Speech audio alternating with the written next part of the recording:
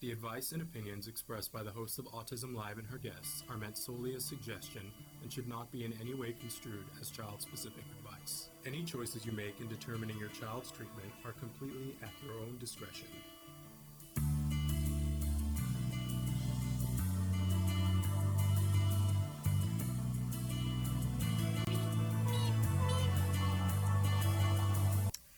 Good morning and welcome to Autism Live. I'm Shannon Penrod. I am a proud pony, which stands for Parent of Neurodiverse Individuals. So thrilled to be here with you guys. We have been away from doing these shows for several weeks for various and sundry reasons. One of them was that I had been battling this horrible cold, and if you watched the show with Dr. Graham Pichet yesterday, you saw me battling it. Still got a little bit going on today. You may see me pop a cough drop in and out. I apologize in advance, but I'm totally capable of being here with you, and I want to be here with you. I've missed you. I have missed you. How have you been? I hope that you'll write in and let us know, because today we're live. It is the 6th of August. Yes, it's Wednesday, August 6th, 2025, and we are live. We got a great guest today, so write in and tell us right now. We're live right now on Facebook, YouTube, and Twitter.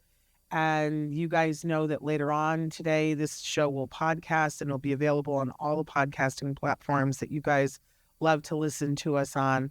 We hope that you guys are participating in all that. When you download the free download, you will get some advertising, because that's what literally keeps the lights that are shining on my face going. So we do need to do that. But I love it because the advertiser pays for the lights. You don't have to. So you get the content for free. But some of you have written to us and said you'd like to have it ad free and you're willing to pay a little bit to do that. I want you to know we worked hard to keep that cost down to you. But if you want to, you can go to Glow. And Chris has got it there for you on the screen, glow.fm/autism-live. And it's $5 a month. And when you subscribe, you not only get Autism Live, but you actually get everything that we do on the Autism Network, which of course includes Ask Dr. Doreen. They show up in your inbox and you are able to download those and they are ad-free. So there we are. If you want that, it's available to you. Or you can listen to the ads and go, woohoo, I didn't have to pay for this. Whatever flips your switch, we like to be able to bring the show to you in whatever format that you want it. So there's that.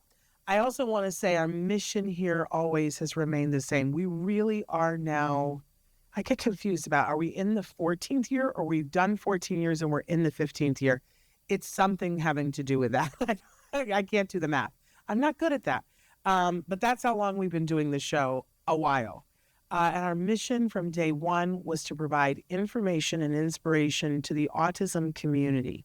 And when we say autism community, of course, that starts with individuals who are themselves on the spectrum, but it also extends to include everyone who loves those individuals, because we think that that's also important, that with all of our voices risen. And by the way, I'm looking forward to the day when that we can just unequivocally say that that is the entire world. Either people on the spectrum or people who love people on the spectrum, right? That's what it should be. We're working towards that. We still have a little ways to go. There are people who don't get it. But today's show is going to add to how we can make that happen. But in any case, that is the community to whom we're speaking. We believe that when we include everybody in that conversation, that we can get to more support for individuals on the spectrum, more legislation for them, more rights that should already be there, but somehow don't seem to be. So in any case, we appreciate you guys for being here with us. I did want to say, where have I been? I think some of you know that when Dr. Graham Pichet went and repurchased Card, because you know, if you're following the story thus far, Dr. Graham Pichet founded Card, built Card, made it into this beautiful, healthy, vibrant company with 275 offices around the country and affiliates around the world. And she decided she would retire, and she sold the company. And, a few years later, the company was in bankruptcy. and she made the decision to buy her company back in bankruptcy. Isn't that a story that should be on Netflix? I think so. Great story. But when she did, I also made the decision. I had been a part of CARD because my child was treated at CARD, and I came to work at CARD for many, many years. And then I left when the company, a while after the company was sold. But when she was back, I was back. So I had the wonderful opportunity to go with my adult son, who just graduated from college, who was a CARD client. And we went to tour. I believe we saw 14 different CARD offices and met with the staff and some of the families and talked with them and answered questions, but did presentations and got to know some of them. And it was just one of the most amazing experiences because 9 years before, when my son was much younger, we also did this. And he was just a kid.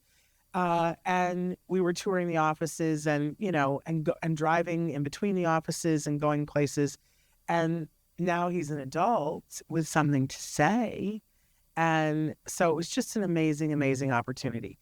I want to say thank you to all of the offices that hosted us, all of the families that we met. Oh, I met so many wonderful people who are in the middle of really incredible interventions with their kids. And it just really inspired me, you guys. There's still a lot of work to be done. There's still a lot of support that needs to be given, but I felt so privileged to have that opportunity. So that's where I've been. Every once in a while, I'll excuse myself to go do something like that, but it was life-changing. Really want to say that. I think both for me and for my son, the experience that we had and we went through was amazing. I always talk about CARD. We made a video at one point that said ABA, the autism miracle in our living room. I'm very well aware of the fact that ABA is a controversial subject and that for many of my friends who identify themselves as being autistic or on the spectrum are not fans of ABA. And I understand and respect that. I always invite them to come and see the kind of ABA that I'm talking about because I saw my son being lifted up and told he was amazing and that he could do all kinds of things and being helped to be able to find his way. And getting to hear him speak about that, don't even get me started. Because that's, I've worked in different offices. I heard him speak about that. And it just, and hear him thanking them and saying, thank you for helping me to stand firmly on my own feet and learn the things that I needed to do so that I can make my own choices and do the things that I care about. Powerful, powerful stuff. But I know that it's not everybody's thing. I get it. And that for some people who had, things that were called ABA that weren't and were mistreated, it can be a very emotional subject. And I never want to disavow that. But I saw some amazing things. I saw kids that were having fun and learning. And if you are ever somebody who wants to see that, what I'm talking about, let me know. I'll make arrangements. I'll take you there myself. Anyway, okay, we got to get to our topic of the day, our jargon of the day, so that we can get to our guest, because we have the amazing Grant Harris, who's going to be with us and talking about neurodiversity in the workplace from a place of real authenticity. So he's going to be joining us in just a couple of minutes. But, we always like to visit the jargon of the day, and I love this jargon term because I think there's a lot of misunderstanding about this term. So let's jump in here. We give you two different definitions. It used to be that we gave you one that was just full of jargon that you couldn't understand so we could make fun of it. We just don't do that anymore. The definitions have gotten better. So let's take a look. I love that this is from geekclubbooks.com. The concept that differences in brains wiring, including conditions such as autism, ADHD, and dyslexia, are not defective, but the result of natural variation in the human genome. Atypical thinking styles are recognized as valuable sources of insight, creativity, and innovation. How's that for a definition of neurodiversity? I included that because I really like this. I understand that some people are going to look at this and go, I really was struck by a post that I saw while we were on the road about somebody saying, that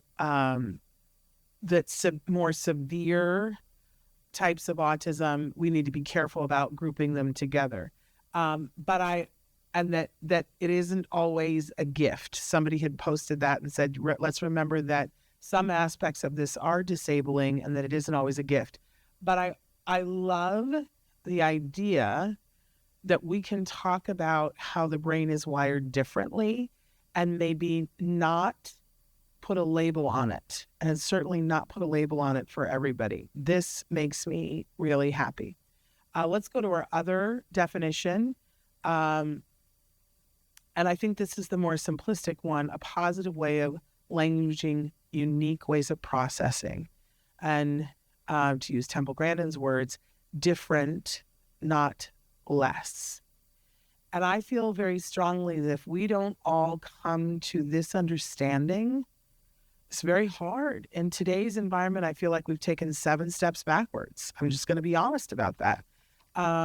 But I guess that's part of experience, that pizza dough has to stretch and come back. And then we got to do the hard work of stretching it back. That we will get where we were and further because we have to. We absolutely have to.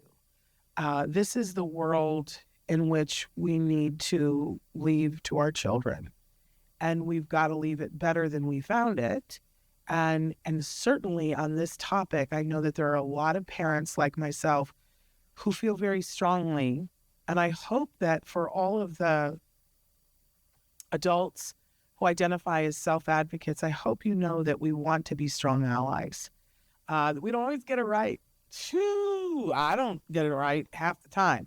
But we want to be strong allies because remember, part of our journey is that we need the world to be better at this because it is the world that our children, our adult children, are stepping into. So we don't have the same stake in it. We have a different stake in it, but it's very personal. Just want to be clear about that.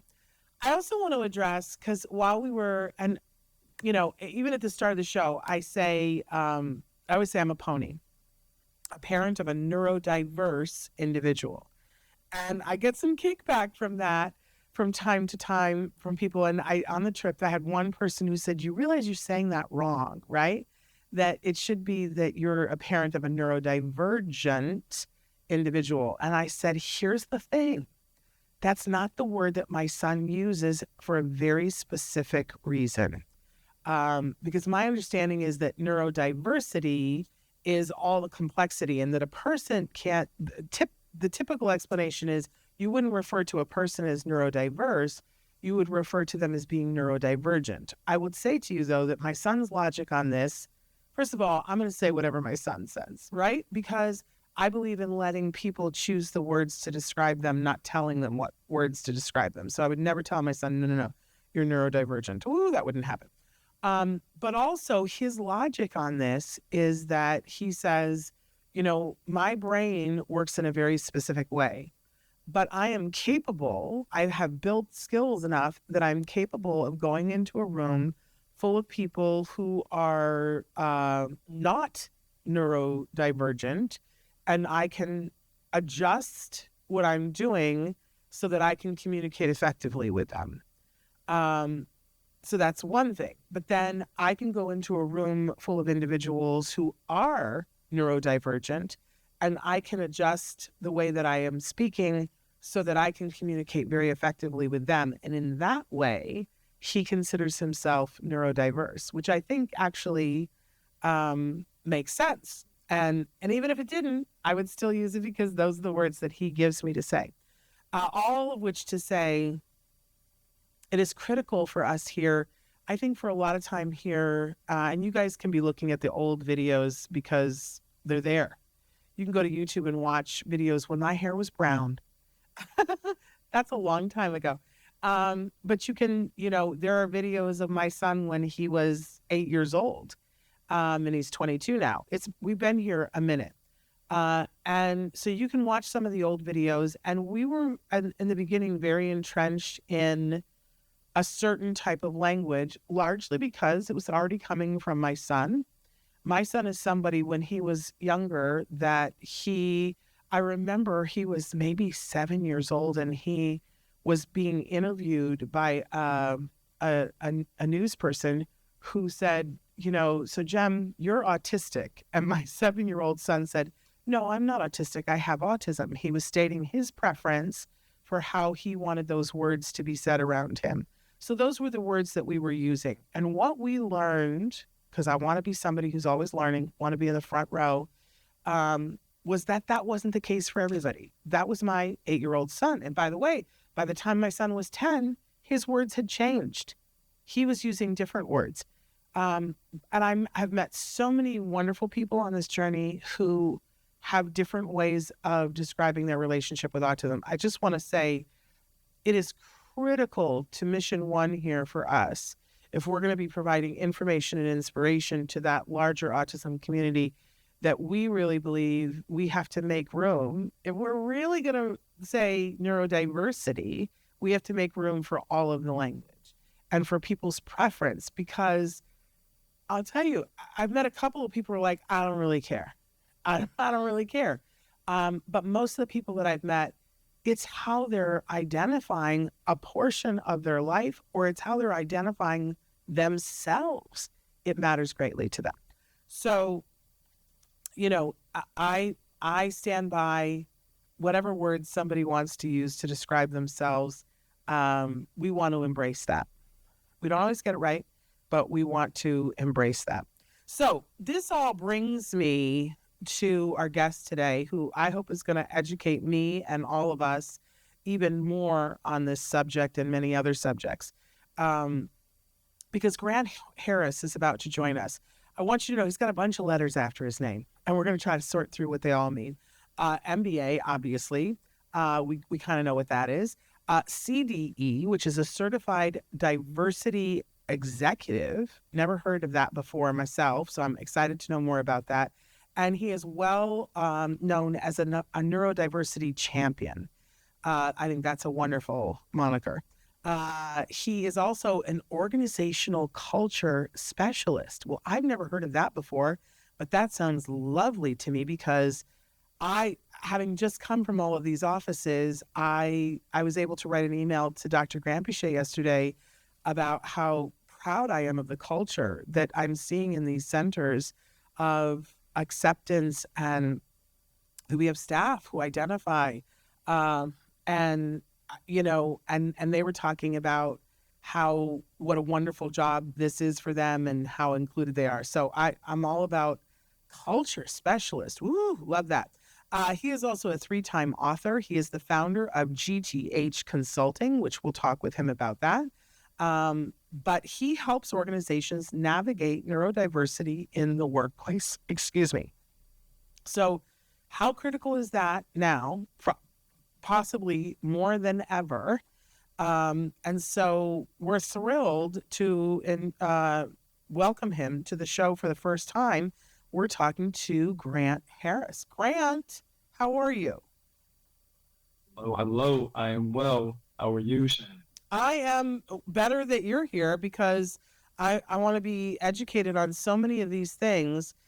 First of all, because I just gave our spiel about it's important to us to allow people to self-identify with the words that they choose. What words do you choose to describe your relationship to autism, Grant? I appreciate that. And I was listening in, Shannon. I have to tell you that I'm highly impressed with your theory and the way that you have gone about living life with your son. And I believe that you are a true champion for autism and neurodiversity. So the way that I identify with neurodiversity and the way that I express it and explain it to organizations, leaders, managers, individuals, and groups is there's neurodiversity, there's being neurodivergent, and then third, there's a term that I call neurodistinct, and I identify as being neurodistinct. So the neurodiversity that you described earlier is true. All the different ways, all the different ways that the brain and the body function is neurodiversity. We all have a brain, which is the same, but the way that that brain functions and the way that that body functions is different. Neurodivergent, which the base of that divergent is either left or right of center, and the center is the norm, and that's where we get neurotypical. That's where we get the word normal, which I do not like personally. Me neither. But diverging means you're different somehow, and the textbook definition of diverging is usually has a negative connotation. It's not always good. Yeah. And last but not least is neurodistinct. And in my opinion, we are all distinct human beings in the way that we are made, and we all deserve to live a life full of distinction. So I describe myself as neurodistinct, and I happen to be specifically autistic, and I describe myself as an autistic person. I use identity first language, but as like you do, I respect anyone and everyone and how they choose to self-identify. Well, I love all of that. I have never heard neurodistinct before, but we're going to add that to the lexicon. That's wonderful. And thank you for all. Look, we've already been educated, you guys. He's been here for 30 seconds and we've already been educated. So Grant, tell us a little bit about your background, and because then we want to get into talking about neurodiversity in the workplace, because this is a hot topic that seems to be in trouble. But to give us your background first. Yeah, certainly. I'm a Washingtonian by trade, so DC is home for me. Fortunately, I've been able to travel the country and travel the world and experience different cultures. I'm a family man. I have a wife and 3 kids. My wife also is ADHD, so a long time she's known and she's chosen to be medicated. So neurodiversity is near and dear to my heart from that perspective.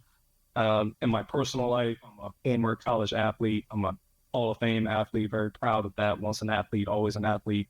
I've had many different jobs in my day. I've had about 3 careers, and I didn't necessarily understand earlier on in life how my particular neurodistinct traits played into that. I do now. I have a better understanding.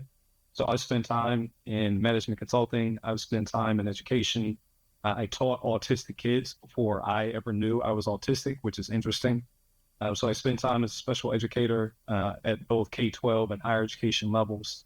And I've also spent time being an entrepreneur, working with government entities, for-profit, nonprofit organizations to help them become more excellent in their neuro-inclusive policies, practices, and procedures. All of which we're going to So I was late diagnosed as autistic about 4 years ago. So I'm the first and the only in my family to be formally diagnosed with a disability and specifically diagnosed as autistic. So that's a little bit about me on the personal side. And I want to talk about like so many different things. My mind is going, whoo, but I want to go back to, you were an educator working with children on the spectrum, and you did not know that you were also someone who could qualify for that diagnosis. What kinds of things were you seeing, and what kinds of bells was it ringing in your head? Like, were you starting when you were working with these kids, did you start to notice some similarities? So no bells at the time. I have my wife to thank for that. She was the one that rang the big bell when it came to the potential of me being diagnosed and being autistic.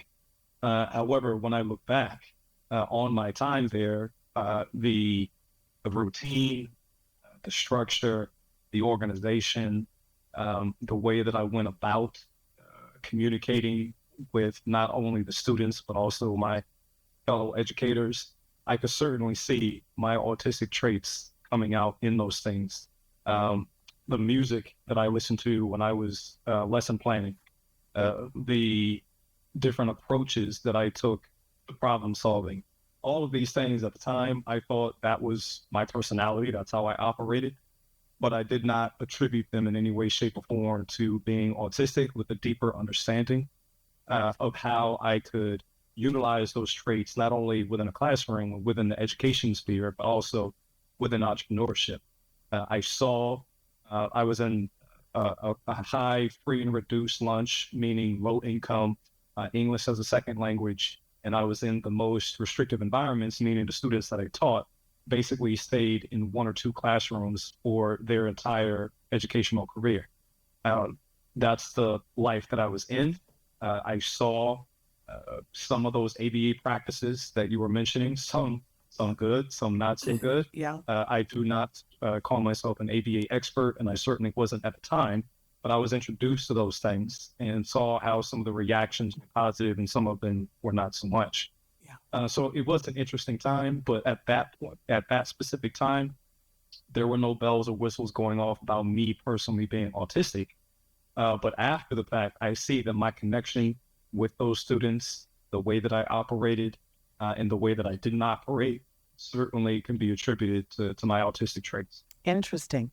Now, we talked before about if I ever ask anything that's too personal, please feel free to say, it's too personal. But I'm going to ask, what was it your wife was seeing that led her to believe that you were autistic? I appreciate the question, Shannon. I have done dozens on dozens of podcasts, and I've had this conversation, and I'm proud to have the conversation because I certainly am grateful to my wife in that stage of our lives that led to where I am now, because I probably would not have sought a diagnosis. I probably wouldn't be having the conversation with you. I most likely wouldn't have built any of the work that I've been able to do since my diagnosis if I did not at that time in my life. So the long and short of it is, and if any of your audience has been married or in a significant relationship, they know that communication can be a roller coaster. Sometimes it's awesome and you're hitting on all cylinders. Other times you're failing and you just can't get it right. You're butting heads. And mind you, my wife is ADHD, so she thinks and feels and operates very differently than I do, even now knowing my conditions and my traits before, not being aware of them and how I was managing them or mismanaging them. So we were having difficulty communicating. She sent me an article. It was a listicle, 10 things about your spouse that might make them autistic, something of that nature. Wow. I read it, and about 8 of those things I immediately identified with. And I said, yeah, that's me, or yeah, I think that way. So that was the trigger. And at that time, I had, like I said, been teaching autistic kids, and I had been doing diversity work. So I had heard of the term neurodiversity. I obviously knew that autistic people existed in that realm, but I wasn't digging deeper, and I wasn't applying those things to me, myself, and I until my wife brought it to my attention. And then here I am talking to you now. Was it hard? Because so many people write in and say to us, I think this is me, but they tell us it's really hard to get an adult diagnosis. Did you find it that way? I am extremely privileged in my journey of diagnosis, and I understand that it is not like that for most people. It is not as easy as it was for me, logistically as it was for me, for most people, period, especially people of color, especially Black people, especially women. It's not that easy. So I was fortunate to have been in an education career where I was around autistic people. And in education, more often than not, you were open to different forms of thinking and different forms of pursuit. Also, I was fortunate enough to be raised by a family that did not have a negative bias against medicine. Most people of color, and specifically Black people in this country, have had nothing but negative experiences with the medical field when it comes to mental health, physical health, or otherwise. They've had bad experiences. That wasn't necessarily the case for my family growing up, so they did not shun the medical field like a lot of people of color and Black people do in this country, and rightfully so. Fortunately, I had a colleague who is a psychologist. She owns her own psychology practice, and she referred me to the office that I received my diagnosis through. Fortunately, that office was less than an hour drive away, and I was familiar with that area because I used to live there. I still had to go through multiple tests, and that was obviously a strain on my schedule, but that was the most difficult part. And again, Shannon, I stress the fact that I understand that that is atypical. Most people don't have access to a psychologist friend that can make a referral. Yeah. Most people have to travel well over an hour, especially in rural environments, to get to adequate healthcare.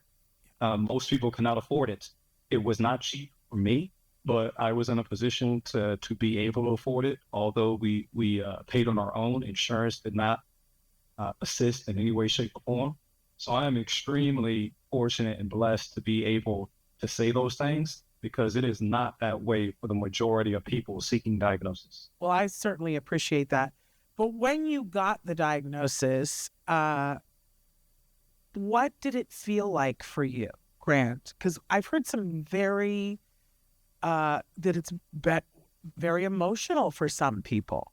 That more than one person has said to me, I felt like I got to meet myself for the first time.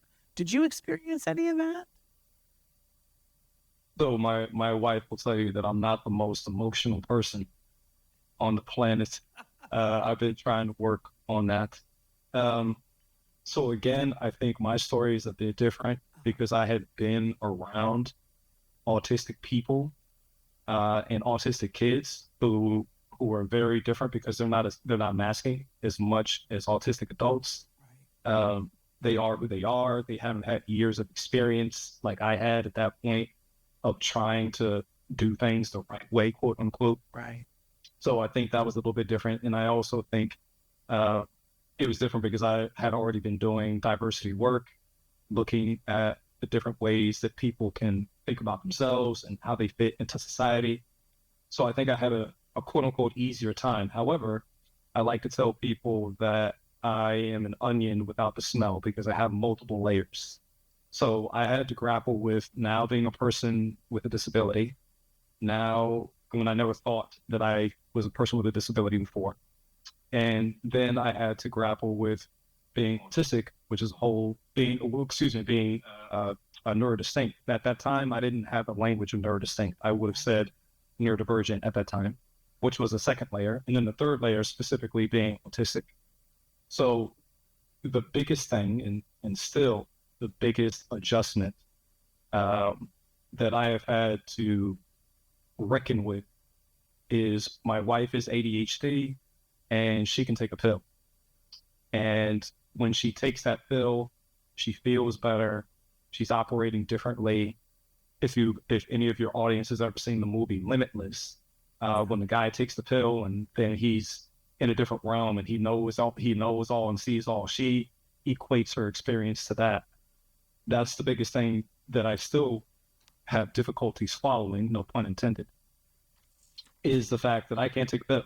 Yeah. I am who I am, and I have to manage myself, my thoughts, my mannerisms, my behaviors, and I have to consciously work on things. Not that my wife does or anyone who is ADHD doesn't have to consciously work on themselves, but there's that support system through medication that I don't have. And that's been the biggest difficulty for me, being a person with a disability. I was fully accepting of that. Now I have different sets of rights that I didn't have before.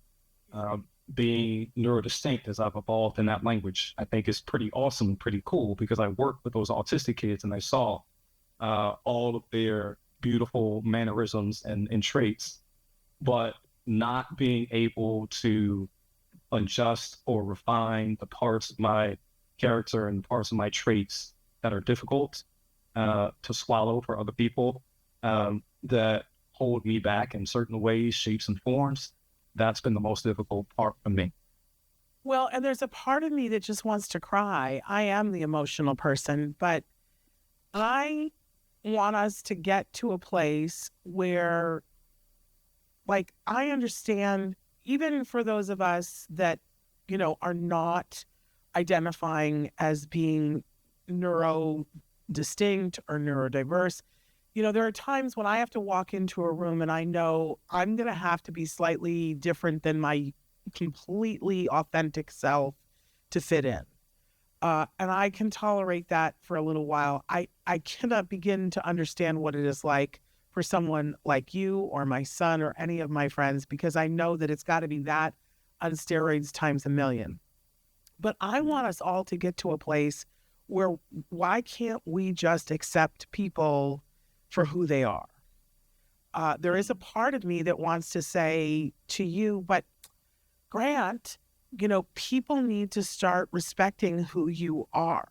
I realize that it's a continuum, and there's, obviously, if someone's method of communicating is walking up and slapping someone, that has an impact on the other person, and there are boundaries to everything. But I want us to get to a place where we're just more accepting. And maybe that's what leads into the workplace, because this is where we see such a conundrum that we have brilliant, talented people that could add so much to a workplace, but maybe they have a trait that is bothering someone.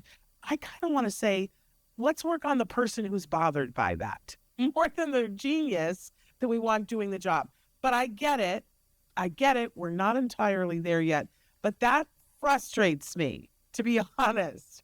That frustrates me. Why aren't we working on it that way? I'll let you discuss that if you want to, but let's talk about neurodiversity in the workplace. You want to talk about redesigning systems for inclusion from the boardroom to the mailroom. And I appreciate that, because I think it should be across that spectrum.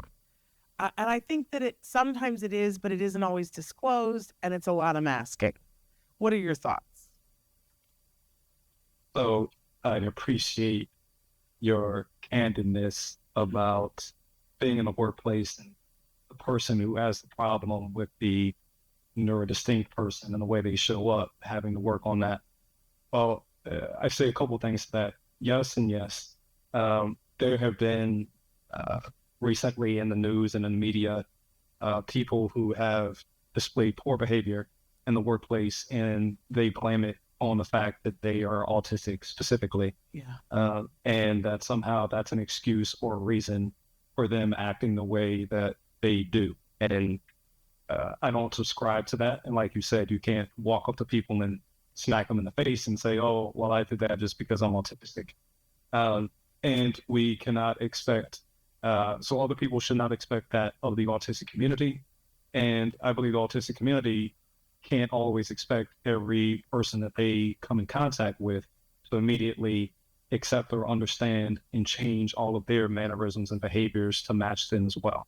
So what I talk about in my discussions with organizational leaders and departments is moving from awareness to acceptance and moving from acceptance to action. So awareness to acceptance and from acceptance to action. That's under the umbrella of what I call moving from compliance to community.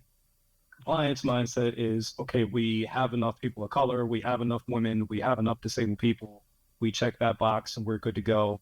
And now we're an inclusive organization, which we all know or should know is false, and that misses the mark.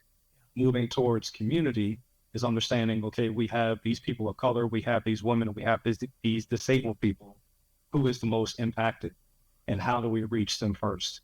Who is the least impacted, and how do we ensure that they still feel included and not ostracized? So that's the framework or the mindset, and I have a framework within that mindset, but that's the mindset approach that I take. And specifically with neurodiversity and autism is moving from awareness to acceptance and acceptance to action. And that action, like you said, could be the neurotypical person takes a step back and understands that and the autistic person may not be looking them in the eye the entire time that they speak, and not looking at that as disrespect, but understanding that that's a social, emotional way of communicating. Yeah. So these types of things and conversations are had, and there are ways practically that I dig deeper and go different levels in order to extrapolate that throughout an organization. When we talk about from the boardroom to the mailroom, that means that neurodiversity hits us all. It impacts every employee, from the new intern to the seasoned CEO and everywhere in between. That plays out in the numbers, because I look at neurodiversity in the workplace from a human capital and from a financial capital perspective. Both of those need to be high functioning, no pun intended. Both of those need to be high functioning in order to achieve excellence within an organization. Yeah. So if a company is, and listen, we're trying very hard to embrace the companies who are still embracing inclusion and making that a part of their everyday, regardless of what happens in Washington. I know my family's trying really hard to make sure we shop at places that have demonstrated commitment to that, ongoing commitment to that, and not going to places, whenever possible, that demonstrated that, oh, if it's not going to be legislated, then we're not interested in that. As far as I'm concerned, those people don't need my money. But that's me, and everybody has to do their own thing. But if a company is saying, listen, we are devoted to inclusion and we want to make it work at that highest level that we can, because we know it's good for us, they can hire you as a consultant and you'll come in and help them to build that rich culture. Am I correct? Correct, 100%. And that takes time, energy, and effort. And the relationship is just that it's not a transaction. So it's not a hire me or any other consultant that does the work that I do. It's not a hire and then in 30 days, your problem is solved. You're inclusive or you're neuro-inclusive, right, and you're good to go, and you never need to touch it or look at it again. And I'm also saying that my job is to make sure is to kind of work myself out of a job. Yeah, is because I want to come in and have the organization be able to thrive on its own, give it the tools and the resources and the support and the strategy necessary to go through those difficult times. And I'm there to hold the organization's hand. But once, just like a toddler and just like child rearing, I have 3 kids of my own. You get them crawling, you get them walking, you get them running, and then you have to let them go on their own. But at that time, hopefully they have the tools and the resources necessary to be as neuro-inclusive as possible. Yeah. But yes, that is the relationship. And that relationship starts with senior leadership. And I say it starts there because they're the decision makers in the organization. But that's why I specifically say that neurodiversity goes all the way to the mailroom, wherever your mailroom is in your organization. Because while decisions may be happening at the top, the most impacted people are in the mailroom and in between. They're not at the top making those decisions.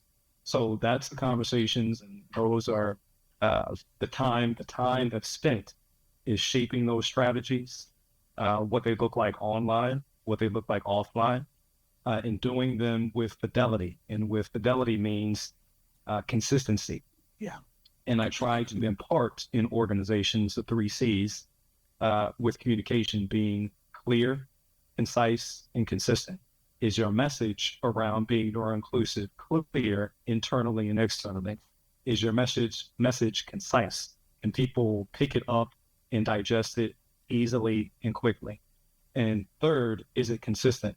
Yeah. So Monday through Friday, Q1 to Q4, year 1 to year 5, while the way that the message is displayed might change because companies and people and organizations evolve, but consistently they are putting forth the effort and the action, and they're backing up what they say with what they do. That's the consistency part.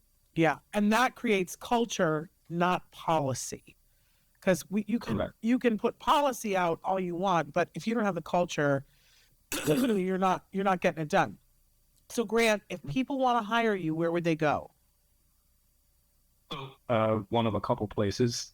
You can find me at my website, compliance2community.com. You can find me on LinkedIn. You can search me and I'll have all this information for your audience in the show notes as well. And I will provide you my link tree. My link tree has all of my voice, my writing, my bios, my website, my access. It's a website of 4 websites and it's all in one place. So compliance2community.com.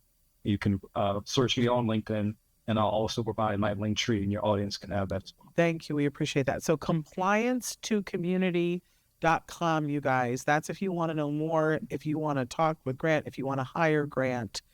I'm so interested in this topic, Grant. Maximizing manhood as a Black neurodivergent professional. Wow, that's a really powerful thing. And I know this is a topic that is really trending right now, talking about not losing the idea of manhood. I'm a woman. I don't pretend to completely understand this.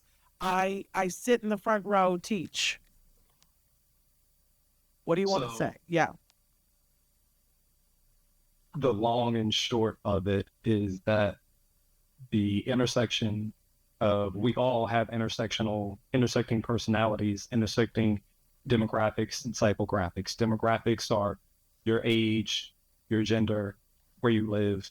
Psychographics are what you think about, what you watch, what you read, how you spend your money, these types of things. So we all have these intersecting levels to us.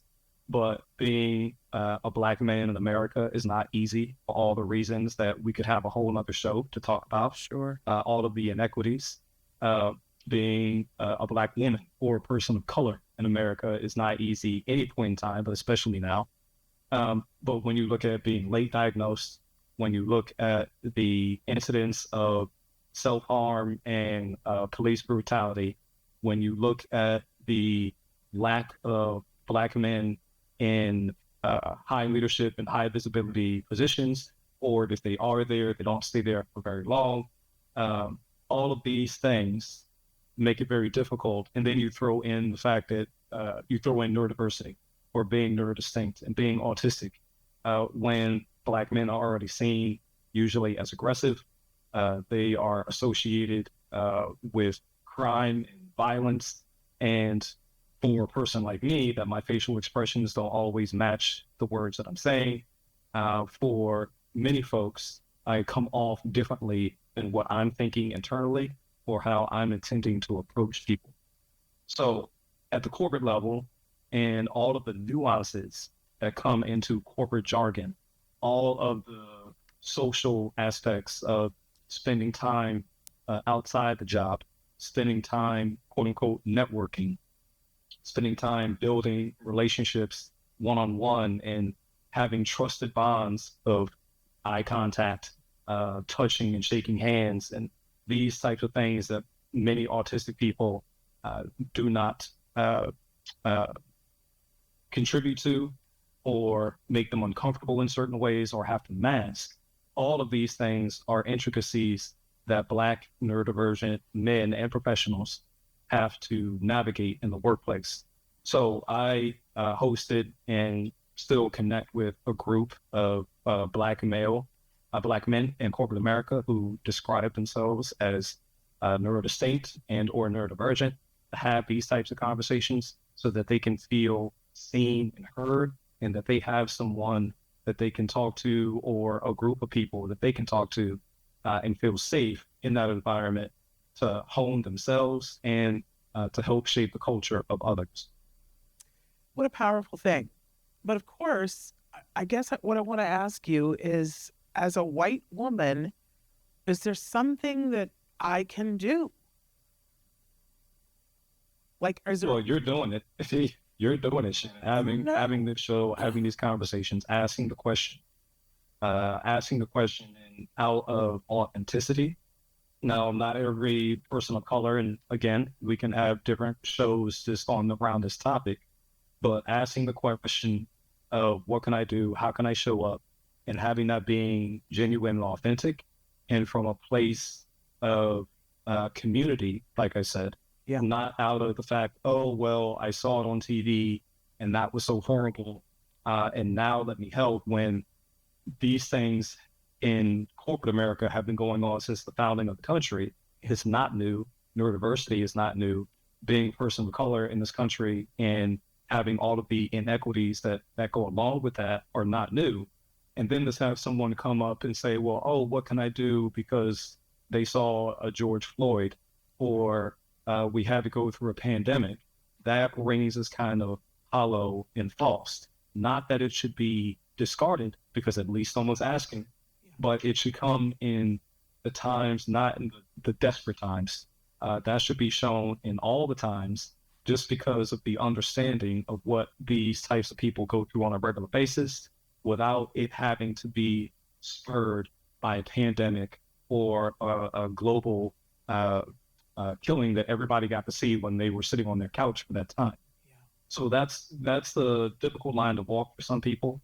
And I am not here to tell you, Shannon, specifically what you can do. That's up to you as a person. But I asked. Yeah, but you did ask. And you're doing it. Hosting a show like this, the time that you have been, giving people an opportunity to have conversations, bringing folks on like myself, being more inclusive with your conversation around, I understand that some people don't like ABD for all the reasons, but this was my experience. Yeah. All of those things are things that you should be doing and you should continue to do, because people like you and shows like this is how we ultimately build community over time. And we want to build community. My goodness, we have to. Okay, we don't have a whole lot of time left, but I want to talk, I want you to talk about the role of leadership in promoting neurodiversity. Because I have to say, I feel like we're at a real impasse right now. I have struggled with not getting discouraged. That I feel like some of the work that was done, which was not enough, has been set back. So what are your thoughts on the role of leadership in promoting neurodiversity? A lot. So in the corporate world, in the corporate world, and I don't know how true it is, and some of these stats get thrown around by people, but I'm sure there's some shred of truth to it, that upwards of like 40% of the Fortune 500 CEOs identify as dyslexic. However, they do that privately, and private conversations with, and these things get leaked and all that. But the point is that people at the highest echelons of leadership personally identify, but externally hide that and mask that because there's still stigma. Yeah. There's still shame around these concepts. So how do highest leaders and how do hiring managers and organizational leaders change that? Is by having conversations, talking about it more, and not talking about it externally as in we pledge to do this or we pledge this much money. No, internal. And this is where one of the frameworks that I built called RACE, RACE, is the first, the acronym, the first letter is recognize. Recognize who and where you are. That could be an organization and that could be a person. Who are you? Who are your core values? What are your core values as a person? What are your core values as an organization? And are you upholding those? And should they change? And where are you in your journey as a person, as a leader? Where are you in your journey of neurodiversity, or moving from awareness to acceptance? I'm aware, Shannon, that you're a person. I'm aware that you're here, but that doesn't mean that I have to accept you. That doesn't mean that I have to respect you. Yeah. But that's the process to go through to get to ultimate action. So first is recognize who and where you are in that journey. And then the A is to acknowledge your intent and your impact. People say something and they say, oh, well, I didn't mean that. Well, you still had an impact on a person. People did something. Well, oh, I didn't mean to do that. Well, you still had that impact on that person or the organization. So you have to be aware and acknowledge your intent and your impact. I didn't mean to hurt you, but I still did. I acknowledge that. and this is what I'm going to do to kind of rectify it. The C is cultivate, and cultivate means that's where you get educated. That's where you read, you get immersed in learning more about yourself and the people around you so that you can cultivate all that education. And then the last is E, which is engage. It always comes to engagement. It always comes to action. You can think about yourself. You can talk to other people, but you have to engage and you have to act on the education that you attained.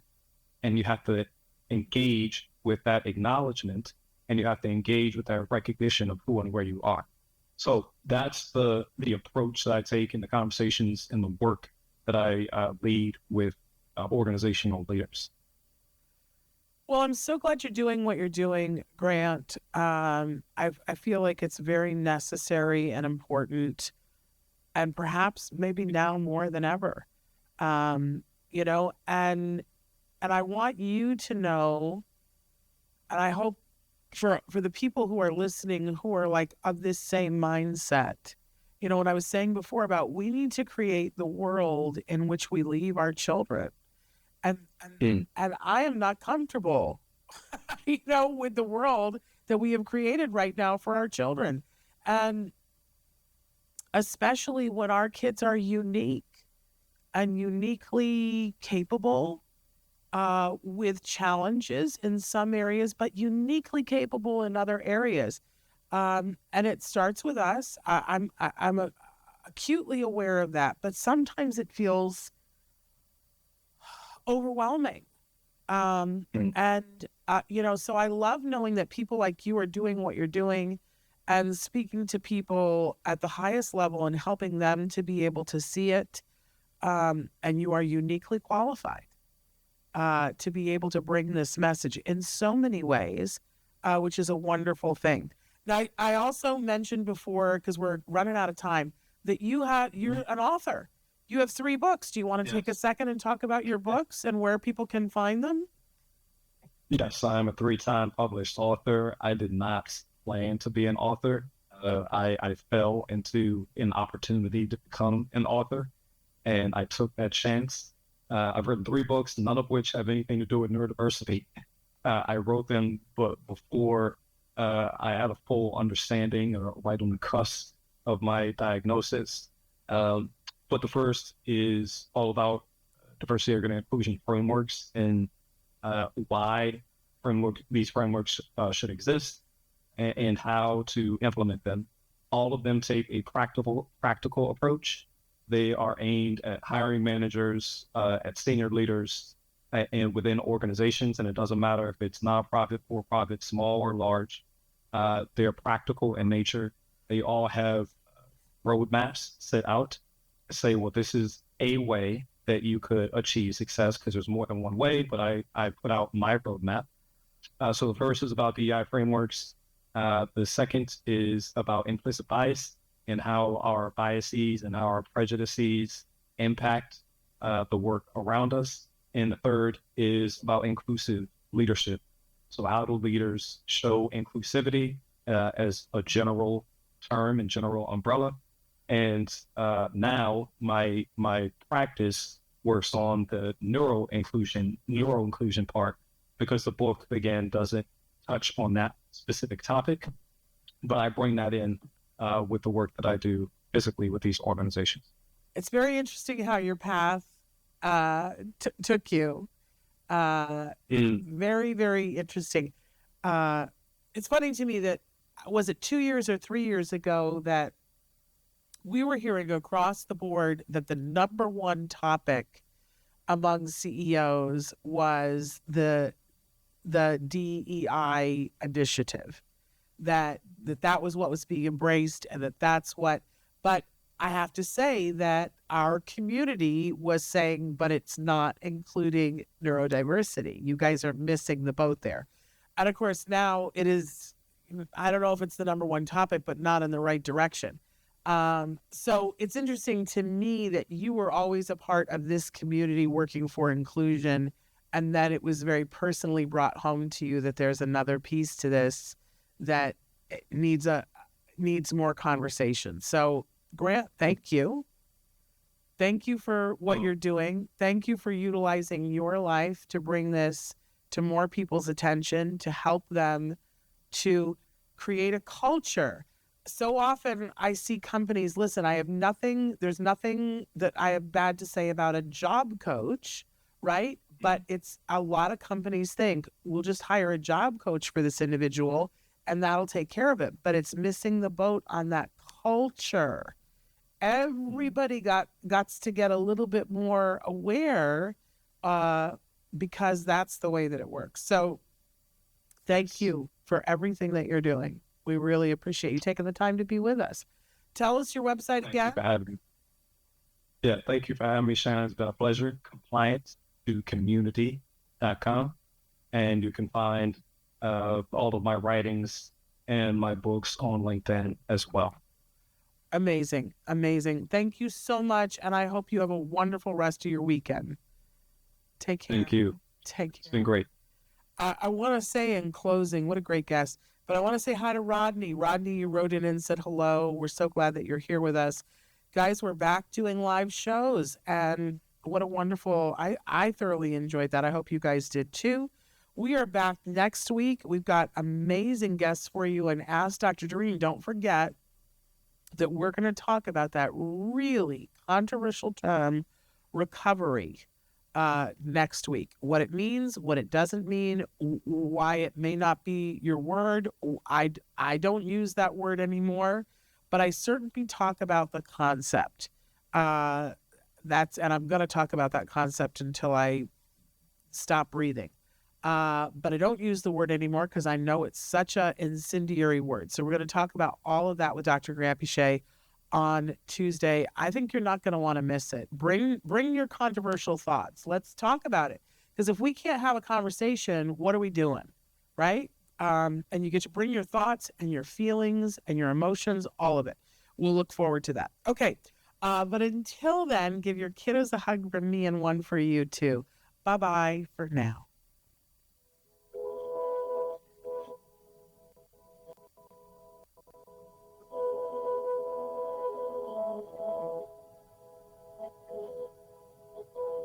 If you found anything helpful in this video, please give us a like. In fact, make sure that you smash that subscribe button on YouTube and give us a like on Facebook.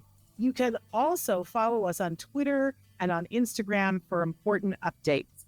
And please download our free podcast wherever you get your podcasts. Thank you so much. See you next time.